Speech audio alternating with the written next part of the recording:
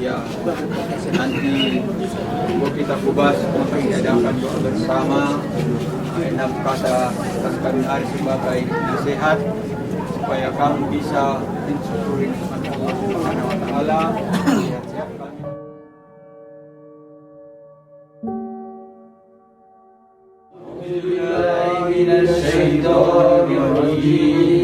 Bismillahirrahmanirrahim. Alhamdulillahi rabbil alamin.